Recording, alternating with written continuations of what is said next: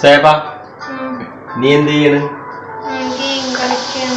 Phone നോക്കട്ടെ. Phone തരാൻ. Phone തന്നെ കണ്ട. ആ ഫോണിന്റെ ചാർജ് മുഴുവനും തീർത്ത്. നിനക്ക് കുറച്ചുകൂടി പക്വതയായിട്ട് നിന്നൂടെ? 8ാം ക്ലാസ്സിൽ പഠിക്കണ കൊച്ചല്ലേ? കുഞ്ഞി പിള്ളേരുടെ ഒപ്പം പോയി കളിച്ചെടുക്കാതെ കുറച്ചുകൂടി പക്വത കാണിക്ക്.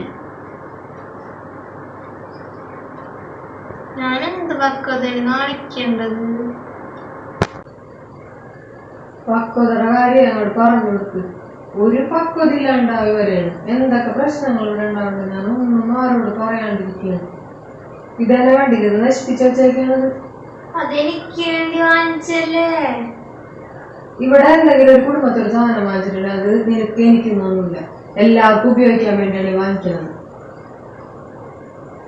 ഇത് കണ്ട, ഇത് കാറ്റത്ത് എന്തുമാതിരി കറങ്ങിയെന്നാണെന്നറിയോ? ഇപ്പൊ കറങ്ങണില്ല.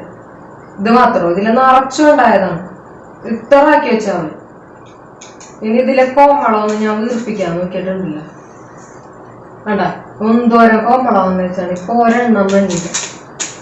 എന്തിന് പക്വതയുടെ കാര്യം പറഞ്ഞപ്പോ ഇന്നലെ ബീച്ചിൽ പോയപ്പോ എന്താണ് ഉണ്ടായത്?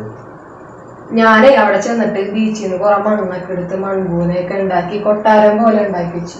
അതൊന്ന് കണ്ട് കൊതി തീർന്നില്ല. ഇവള് വന്നിട്ട് തട്ടിക്കളഞ്ഞു. ഞാൻ എല്ലാവരും വിളിച്ച് നാണം കെട്ടു.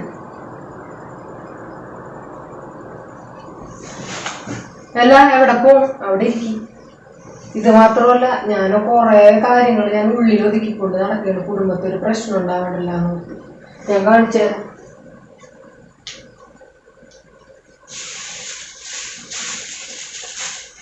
ഇത് കണ്ടില്ലേ? ഇത് കണ്ട, ഇത് ഞാൻ സൂക്ഷിച്ച് വെച്ചിരുന്ന വെച്ചാൽ എനിക്ക് പൊട്ടിക്കാനായിട്ട്. ഇതൊരെണ്ണൂലാണ്ട് അവിടെ നിന്ന് പൊട്ടിച്ചു. ഇനി അത് മാത്രമല്ല, ഇന്നത്തെ കാര്യം പറയാലോ. ഇന്ന് കാലത്ത് ഒരു സംഭവം ഉണ്ടായി. ഞാനതിലേ കൊച്ചിട്ടിയില് ഡോറാണ്ടോണ്ടിരിക്കുന്നു. ആ സമയത്ത് ഇവിടെ വന്ന് കൃത്യം ചാനൽ അങ്ങോട്ട് മാറ്റി. അതും കൂടുതൽ മോഷ്ടിക്കാൻ പോയ കൃത്യ സമയം നോക്കിയിട്ട്. ഇതൊന്നും എനിക്ക് സഹിക്കാൻ പറ്റില്ല. പിന്നെ ഇന്ന് ഞാൻ ഇത് വെച്ച് അഡ്ജസ്റ്റ് ചെയ്തോളാം.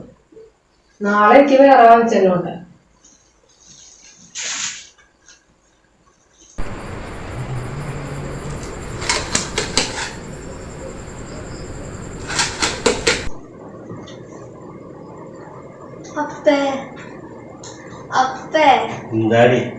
ഞാൻ അമ്മയുടെ അത്ര വക്ക് കാണിച്ചാ മതിയാ?